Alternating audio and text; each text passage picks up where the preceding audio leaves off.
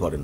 দেখুন, বর্তমানে ঘরে বাইরে বিভিন্ন রকমের অশান্তি, কলহ, বচসা, ব্যর্থতার মধ্যে দিয়ে কিন্তু আমরা যাচ্ছি। কারণ মানুষ কেবলমাত্র নিজের অধিকারটাই কিন্তু দাবি করছে। মানুষের যেই কর্তব্য, যেটা করণীয়, সেটা কিন্তু কোনো মানুষ, হয়তো আমিও, সেটা কিন্তু পালন করতে পারছি না।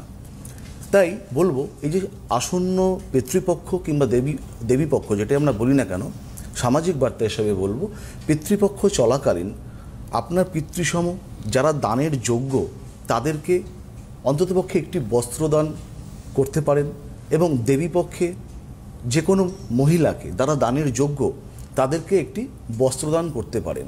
সেই বস্ত্রদানের সংখ্যা এক কিংবা একাধিক হতে পারে। যদি আমাদের সাধ্যের মধ্যে না হয়, তাহলে আমরা আমাদের কোনো বন্ধু কিংবা কোনো আত্মীয় স্বজনকে আমাদের সাথে যোগ করতে পারি।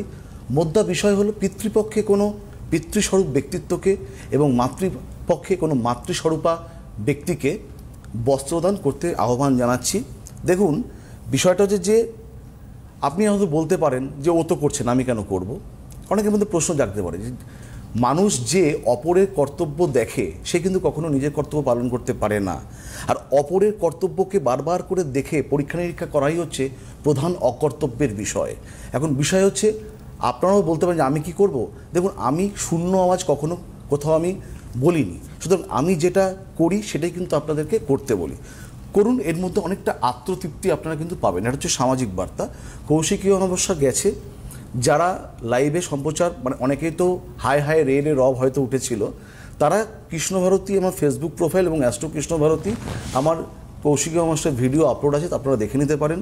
যাদের কাছে প্রসাদ নির্মাল্য অলরেডি পৌঁছেছে, যাদের কাছে পৌঁছয়নি, একটি কথা আপনাদেরকে বলবো, প্রসাদ যদি মুখে দেওয়ার অযোগ্য হয় তাহলে মাথায় ঠেকিয়ে আপনারা জলে দিয়ে দেবেন। কারণ যেতে তো সময় লাগে, যেগুলো দূরপথে, দিল্লি, বোম্বে, আগরতলা, ফাঙ্গাস, অনেকে বলছে যে ফাঙ্গাস জমেছে, আমি মাথায় ঠেকিয়ে প্রসাদটা জলে অর্পণ করো। বাকি যে উপচারগুলো আমি বলে দিচ্ছি সেগুলো করতে পারেন। এটা গেল কৌশিকী অমাবস্যা। দেখুন, যেটা গেছে সেটা চলে গেছে। আমরা প্রত্যেকটা মুহূর্তে আগামীর জন্য তাকিয়ে থাকি। দিদিভাই আমাদের বললেন, প্রথমেই বললেন যে 21 তারিখ সেপ্টেম্বর মাস, যারা কৌশিকী অমাবস্যা আসতে পারেননি, ভিড়ের ব্যাপকতার জন্য খরচ বৃদ্ধি থাকে বিভিন্ন ক্ষেত্রে, হয়তো হয় না, অনেক সময় হয়তো প্রোগ্রামিংয়ের ক্ষেত্রে উইকেন্ড একটা বিষয়, অনেকের ক্ষেত্রে শনি রবিবার সুবিধা হয়।